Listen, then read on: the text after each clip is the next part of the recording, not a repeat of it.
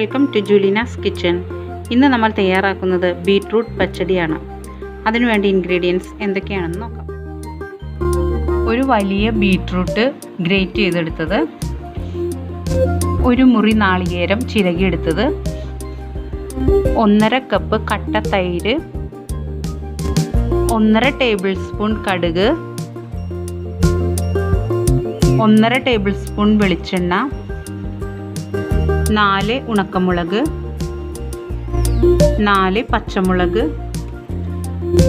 ആവശ്യത്തിന് കറിവേപ്പില, 2 വെളുത്തുള്ളി, ആവശ്യത്തിന് ഉപ്പ്, വെള്ളം 1 കപ്പ്. ഞാനൊരു പാൻ ചൂടാക്കാൻ വെച്ചിട്ടുണ്ട്. അതിലേക്ക് നമുക്ക് ഗ്രേറ്റ് ചെയ്ത് വെച്ച ബീട്രൂട്ട് ഇടാം.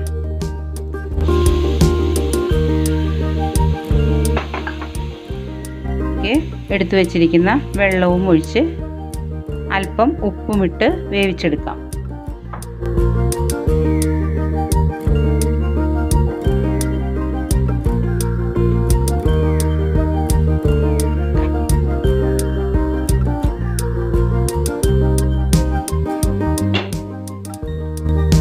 ബീട്രൂട്ട് വെന്തു വരുമ്പോഴേക്കും നമുക്ക് ഇതിലേക്ക് ചേർക്കാനുള്ള അരപ്പ് തയ്യാറാക്കാം. ജാറിലേക്ക് ചിരകി വെച്ചിരിക്കുന്ന നാളികേരം ഇടാം. അതിലേക്ക് എടുത്തു വെച്ചിരിക്കുന്ന പച്ചമുളക്, വെളുത്തുള്ളി, കടുക്,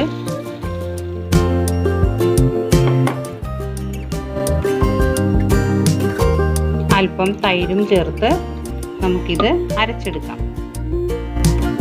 ഇപ്പോൾ ഒരു പ്രാവശ്യം അരച്ചു. ഇനി അതിലേക്ക് അല്പം ബാക്കിയുള്ള തൈരും കൂടെ ഒഴിച്ച് ഒന്നുകൂടെ അരച്ചെടുക്കാം.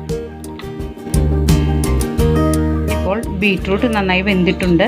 ഇനി ഇതിലേക്ക് നമുക്ക് അരച്ചു വെച്ചിരിക്കുന്ന അരപ്പൊഴിക്കാം.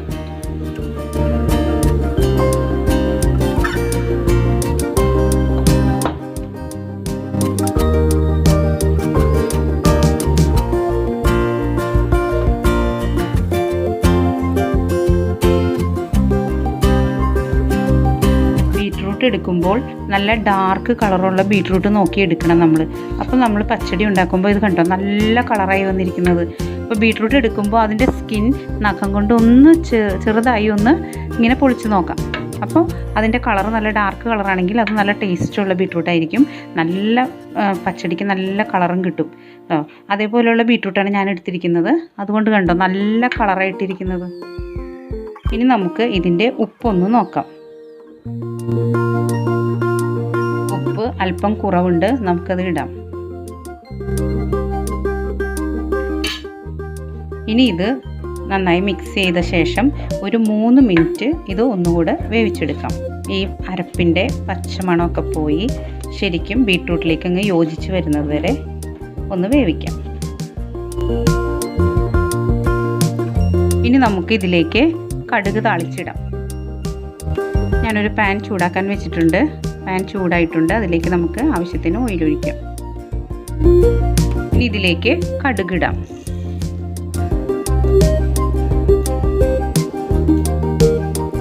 കടുക് പൊട്ടിക്കഴിഞ്ഞു. ഇനി ഇതിലേക്ക് ഉണക്കമുളകും വേപ്പിലയും ഇടാം.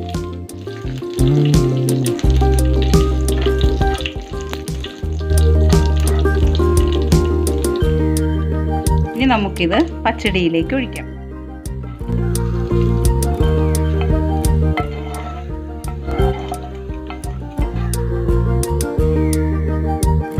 അങ്ങനെ നമ്മുടെ ബീട്രൂട്ട് പച്ചടി റെഡി ആയിട്ടുണ്ട്.